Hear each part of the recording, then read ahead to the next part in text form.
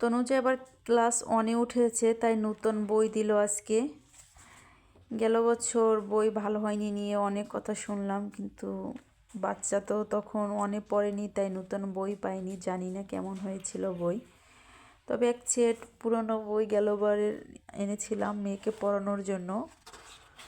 সেখানের বইটা আর কি এরকম ছিল, কাগজটাও ততটা ভালো না, প্রিন্টগুলো এরকম করেছে।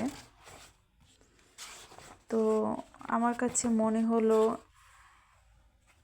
যে গেলবার শাওন প্রিন্ট করেছে, আর এবছর যারা প্রিন্ট করেছে তারা আসলে বাস্তবে অন্যরকমভাবে প্রিন্ট করেছে। এই যে দুটো বই এখানে, রাইটারের নাম আর্টের নামগুলো প্রথমে দিয়ে দিয়েছে, কিন্তু এবছর এটা প্রথম দিনই দেখতে সুন্দর লাগতেছে।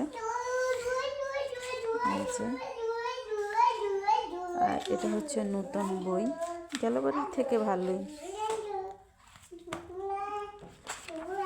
এই যে গেলবার জাতীয় সঙ্গীত নিয়ে প্রথমে বাংলাদেশের পতাকা, জাতীয় সঙ্গীত, এটা ভালোই লাগে।